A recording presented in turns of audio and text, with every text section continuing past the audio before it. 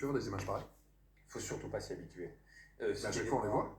Oui, mais à nouveau, il ne faut pas s'habituer, il ne faut pas se résigner à voir des commerces à ce point saccagés. Vous savez, une entreprise, elle ne produit pas de la richesse si on la détruit sans cause.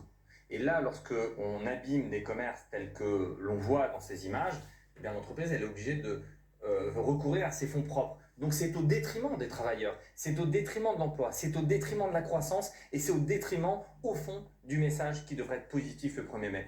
On le voit, le dialogue est le meilleur moyen de passer des messages. Ça, c'est... Mais là, clairement, on est sur une ligne de crête. D'un côté, il y a bien sûr cette casse et dégradation, et de l'autre côté, il y a cette doctrine du maintien de l'ordre qui, on l'a dit, on l'a expliqué, effectivement, préfère laisser dégradation de matériel ou ce saccage, en l'occurrence, de magasins.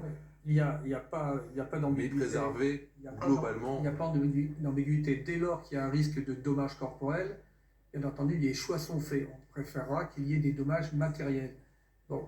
En l'occurrence, là, il y a un problème de réactivité des forces de l'ordre parce que les forces de l'ordre ne voient pas suffisamment rapidement. Donc il faut venir maintenant.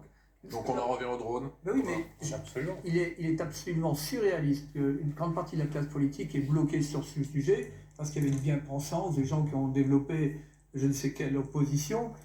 Mais il faut être très concret, de façon encadrée sur le plan juridique et de façon ponctuelle à l'occasion de ces manifestations. Eh bien, il faut pouvoir avoir la troisième dimension au travers d'un outil très tactique qui permettra au commandant du dispositif de pouvoir très rapidement intervenir. Et je crois que ça ne souffre aucun débat. Et qui peut aller plus loin, parce qu'aujourd'hui, les drones auraient la technologie de permettre d'élucider certaines affaires, notamment en marquant, avec de l'encre invisible, certains casseurs. Parce que là, le problème, quand vous dites est-ce qu'on va s'habituer à ces images, on va s'y habituer parce que ceux qui ont perpétré cette casse, a priori, ne vont pas être interpellés, ne seront pas identifiés, ils vont se disperser dans la nature.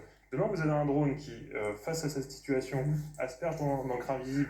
Je ne parle pas d'autre chose, il ne s'agit pas que le drone demain se prenne pour autre chose qu'un observateur.